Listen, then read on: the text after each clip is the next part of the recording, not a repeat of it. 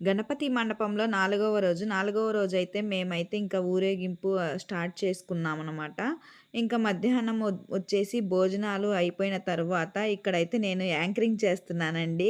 Anchoring దేనికంటే ముందు వీడియోస్‌లో చూసే ఉంటారు. గేమ్స్ కండక్ట్ చేశారు గదా! వాళ్ళకైతే ఇంకా చిన్న చిన్న ప్రైజెస్, గిఫ్ట్స్ తెచ్చామనమాట. ఆ పిల్లలకి ఇద్దామని చెప్పేసి ఇంకా అక్కడైతే యాంకరింగ్ అయితే చేస్తున్నాను.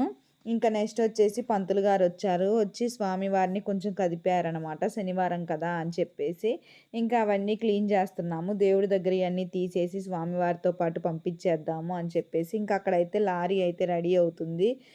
స్వామివారిని ఎక్కించడానికి. ఇక్కడైతే గణపతి లడ్డు కూడా వేలం పాట కూడా అయిపోయిందండి. ఇంకా గణపతి లడ్డు వేలం పాట అయిపోయిన తర్వాత మేమైతే ఇంకా రెడీ అయ్యామనమాట. ఇంకా నెక్స్ట్ గణపతి లడ్డూని డీజేతో సహా ఇంకా ఎవరైతే పాడుకున్నారో వాళ్ళ ఇంటికైతే తీసుకువెళ్ళడానికి ఇంకా అందరం రెడీ అవుతున్నాము. లడ్డూ వచ్చేసి 11 కేజీస్ ఉందండి. టేస్ట్ కూడా చాలా బావుంది. ఇక్కడ అంటే ఆర్డర్ ఇచ్చి చేయించారు. చాలా బాగా అనిపిచ్చింది టేస్ట్ కూడా.